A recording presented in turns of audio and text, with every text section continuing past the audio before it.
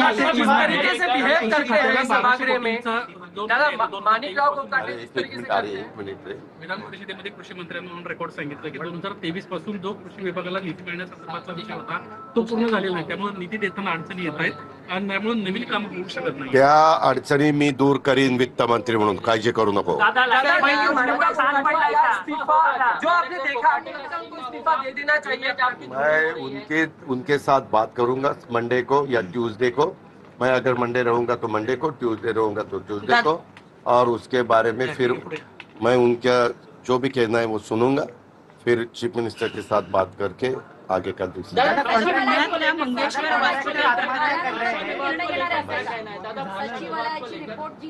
सचिवालय नाही मंत्रालय नाही तो कधी घ्यायचा तो मी ठरवलं ना बाई। तो आता मगापासून माझी प्रेसच ऐकली नाही। मी 50 वेळा सांगितलं की सोमवारी मी असेल तर सोमवारी मी त्यांच्याशी बोलीन, मंगळवारी असेल तर मंगळवारी बोलीन, वाटल्यास तुला पण बोलून घेईन। आम्ही दोघं आतमध्ये बसलोय तू बाहेर। अगं त्यांचं ऐकून तर घेऊ दे। आज एका कॅबिनेट मंत्र्याच्या संदर्भामध्ये सातत्याने वेगवेगळ्या गोष्टी न्यूज येत आहेत, त्याच्या संदर्भामध्ये काय त्यांचं म्हणणं आहे ते जाणून घेऊ दे, आणि त्याच्यानंतर मग मी मुख्यमंत्र्यांशी चर्चा करीन। सीएम साहेबांचं पण काय म्हणणं आहे ते जाणून घेऊन आम्ही निर्णय घेऊ। मंगेशकर हॉस्पिटलचं प्रकरण ज्यावेळेला आलं त्यानंतर शासनाने एक समिती नेमली की जी सुद्धा धर्मदाय हॉस्पिटल्स आहेत तिथल्या ज्या जागा या लोकांना, गरीब लोकांना मिळायला पाहिजे त्या मिळत आहेत किंवा नाही। न्यूज 18 लोकमतने एक स्टिंग ऑपरेशन केलं, त्यात असं आढळलंय की पुण्यातले अनेक नामांकित हॉस्पिटल्स असे आहेत ज्याच्यामध्ये या जागा ज्या आहेत त्या सर्वसामान्य नागरिकांना मिळतच नाहीये। त्याऐवजी जी लोक धनाढ्य आहेत त्यांना मात्र त्या जागा दिल्या जातात, पैसे उकळले जातात। त्यामध्ये आमची विधिमंडळाची आमदारांची एक समिती आहे। दुसरी गोष्ट सीएम ऑफिसनी पण ह्याच्याबद्दलचा एक हे तयार केलेला आहे, विभाग तयार केले, म्हणजे वैद्यकीय कक्ष त्यांनी पण सुरू केलाय, एकनाथरावनी पण सुरू केलाय आणि माझ्याही ऑफिसने सुरू केलाय। त्याच्यावर आम्ही सतत ह्याच्यावर लक्ष ठेवून आहोत। आणि मुख्यमंत्र्यांनी मागे एक मीटिंग घेत असताना त्यांनी सांगितलं की प्रत्येक ठिकाणी आपल्याला कळलं पाहिजे सार्वजनिक आरोग्य विभागाला की बाबा ह्या हॉस्पिटलमध्ये किती बेड हे आपण सवलती 1 रुपया नाममात्र दरांनी जागा दिली आणि त्याच्यामध्ये ते आरक्षित बेड आहेत ते किती आहेत, तिथं कोण ऍडमिट आहे, आणि जर ते खाली गेलं म्हणजे खाली झालं की लगेच तिथं कळलं पाहिजे की हा खाली झाला। अशा पद्धतीनं आता फार त्याच्यामध्ये मायक्रो प्लॅनिंग केलेलं आहे। आपण तुम्ही म्हणताय कुठल्या चॅनलनी स्ट्रिंग ऑपरेशन केले, त्यांना तो अधिकार आहे, परंतु आमचे हे तिन्ही कक्ष त्याबद्दल फार बारकाईनं नजर ठेवून आहेत।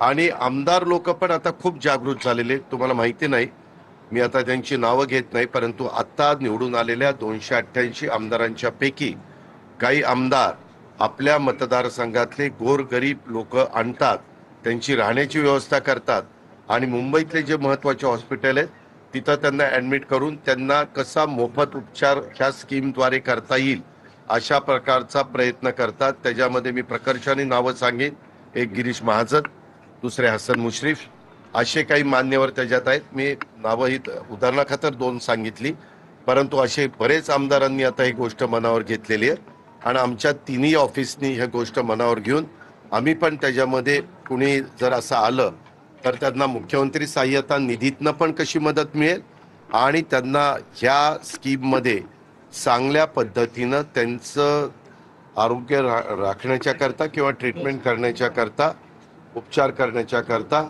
सगळ्या सुविधा कशा देता येतील हे पण आम्ही बघतो। युवकच्या प्रदेशाध्यक्षपदी निवड होणार निर्णय झालाय अध्यक्षपदासाठी कुणाची? युवक आपले युवकचे प्रदेशाध्यक्ष। थांबा जरा कळ काढा, झाल्यावर सांगेनच की बाबा आपल्याला। राज्य की आर्थिक स्थिति के बारे में हमेशा कहते हैं कि मजबूत स्थिति में है, लेकिन ऐसे में कृषि मंत्री कहते हैं कि सरकार भिखारी है। मैंने कहा ना कि उसके बारे में पहला 1 रुपया में क्रॉप लोन हमने इंश्योरेंस किया था, लेकिन उसके बाद हमें पता चला कि वहाँ जो किसानों को फायदा होना चाहिए वो फायदा नहीं हो रहा है।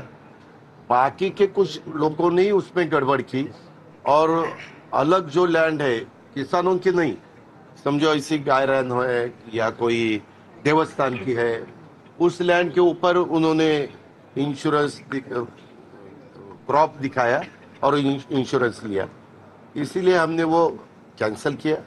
अभी भी हम उसके बारे में, हमारे फार्मर्स को कोई तकलीफ नहीं आनी चाहिए, इसीलिए हर साल 5,000 करोड़ रुपया यानी 5 साल का 25,000 करोड़ रुपए का एक प्रावधान किया है और उसमें हम इस 5,000 टोटल 5 साल में 25,000 करोड़ में से हमारे महाराष्ट्र के फार्मर्स को ज्यादा से ज्यादा मदद देने की हमारी कोशिश है।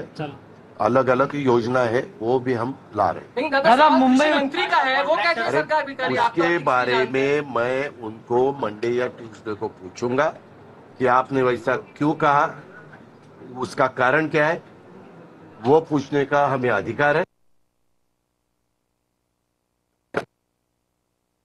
आत्महत्या कर रहे हैं। त्या मराठीचा आम्ही आदर करू एवढाच बोला असं अजित पवार यांनी म्हटलेलं आहे।